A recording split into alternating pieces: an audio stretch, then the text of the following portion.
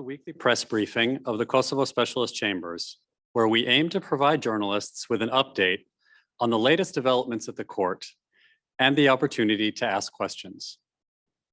In the case of Salih Mustafa, the trial panel announced the closing of evidentiary proceedings on 20th June and ordered that by 21st of July, the defense and the prosecution file their final trial briefs, and that the Victims' Council file its statement on the impact of the alleged crimes on the victims. The trial panel has also ordered that the closing statements take place from 13th to 15th September, with 16th September as a reserve day. On 21st June, the president of the Kosovo Specialist Chambers assigned a Court of Appeals panel to decide on the notices of appeal filed by Hisni Gutsati and Nasim Haradinaj against the trial judgment of 18th May. The accused are seeking a reversal of their convictions, or if convictions are affirmed, a reduction in their sentences.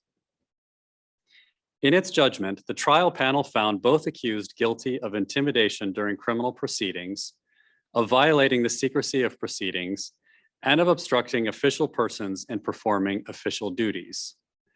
The trial panel acquitted both accused of the count of retaliation, which was alleged in the indictment. The trial panel sentenced each accused to 4.5 years imprisonment and a fine of 100 euros each. On 22nd of June, the presiding judge of the Court of Appeals panel in this case scheduled a pre-appeal conference to take place on 5th of July. This is a public hearing during which, according to the rules of procedure and evidence, a person in custody pending appeal is given the opportunity to raise issues related to detention, including the person's mental and physical condition. Last week, the Kosovo Specialist Chambers outreach team held events in Kosovo, organized in cooperation with civil society, engaging audiences in local communities around Gjilan and speaking to lawyers, law professors, and law students in Mitrovica, Prizren, and Gjilan. So far this year, the KSC has held 20 interactive meetings with citizens across Kosovo.